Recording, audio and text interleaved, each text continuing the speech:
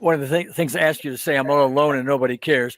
You did say you were angry at your parents. Those are words you used. Okay. Yes. So where is the anger if it wasn't like I had thought? Angry. I guess angry that I didn't have the loving mother. You know, the mother that's, oh, sweetheart, or hey, how'd your day go today? Or like, you know, we are who I'll speak for myself. I am who I am today from the result of what I got when I was younger. And or what you didn't get. Or what I didn't get. So it's more like, damn it, I didn't get the mom I wished I had got. I wished I'd gotten a loving mom, or I wished I'd gotten a father that didn't do that. But so the anger's turned into, it's inward, Gary. The anger's at myself. Oh, okay. I know. Does that make sense? Well, yeah. But I want to make sure we're talking about the same thing. We're on the same page. Yeah. So that's why we have to explore some of these things and make sure our language matches up. Okay. I have a question for you. So if I did say that, so would you say that I am really angry with them, but I'm not, maybe my belief is like, oh, you're not supposed to be angry with them? Is that a possibility? Yeah, and we're exploring that. That's what we're exploring. Don't have those answers yet. We're still exploring. Okay. All right. So you said earlier that you had done some forgiveness. Important word that I like to hear a lot is you understand where they're coming from. Okay. That doesn't mean we excuse the behavior, but we can understand where they're coming from.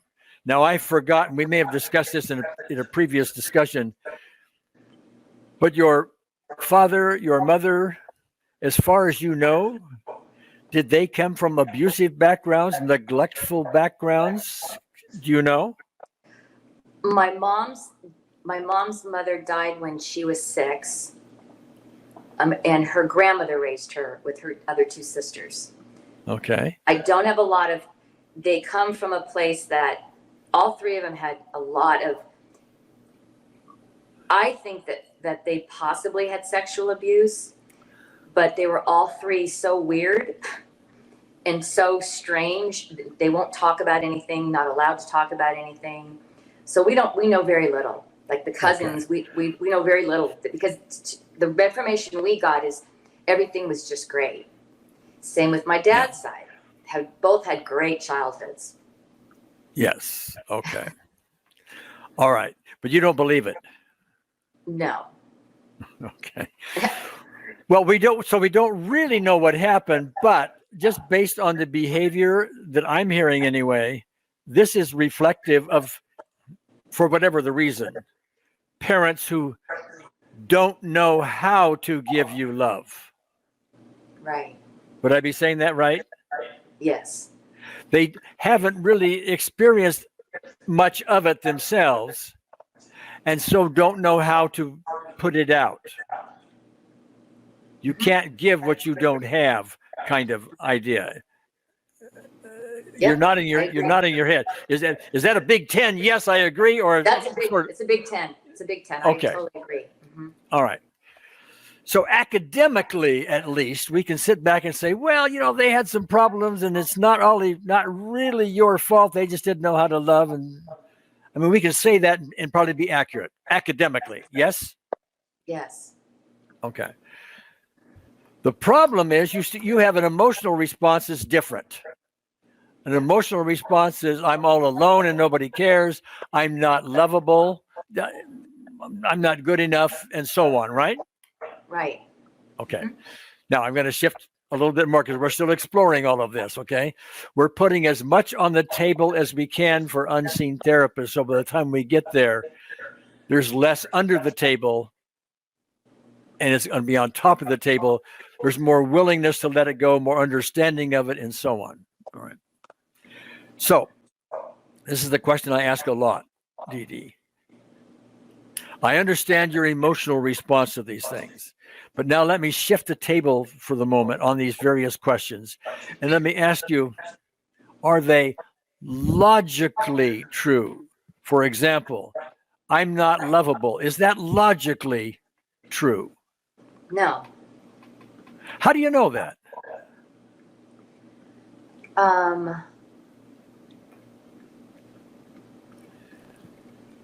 Good question. Well,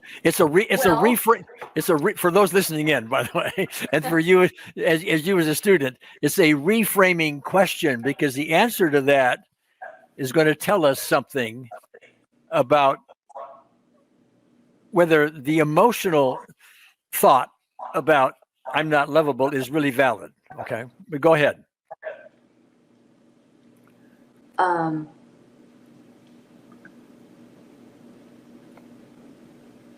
Can you ask me again?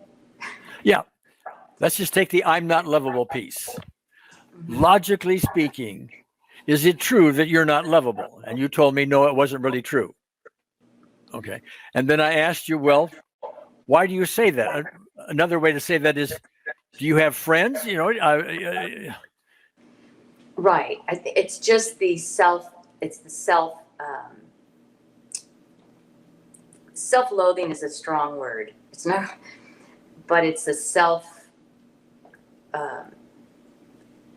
unloving myself, I think, that has that response to it. Like, of course I'm lovable. Like, everybody's lovable in some respect. I believe that everybody's lovable. So I have to be lovable because I'm everybody else. I'm not going to be the exception to everybody else can be lovable, but I can't be. Okay. So well, do you have friends? Yes.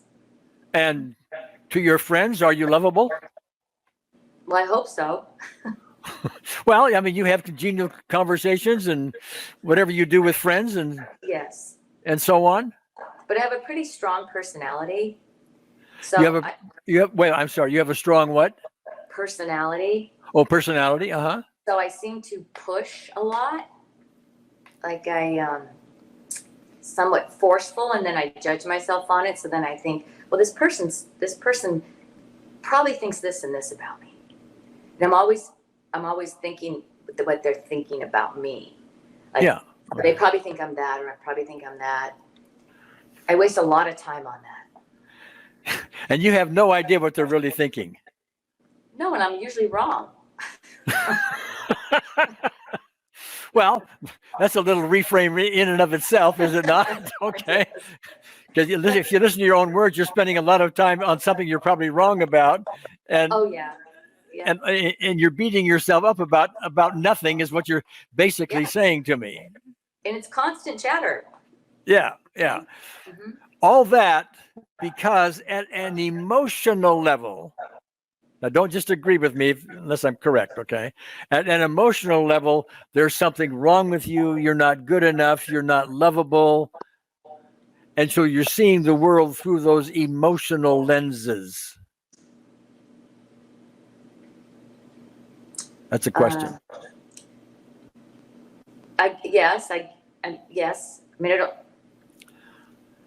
I would say that's probably true. Okay. All right. Now let me look back here at my list here a second. Can I bring up another symptom that's been affecting me since we've been talking? Sure. Very dizzy. You are dizzy at the moment? Yes. 8 dizzy, 4 dizzy? Close to 8, 7, 8, yeah. But that's that Meniere's disease that's possibly I have from many years ago. First time I got this, I was probably in my 20s. And it goes away for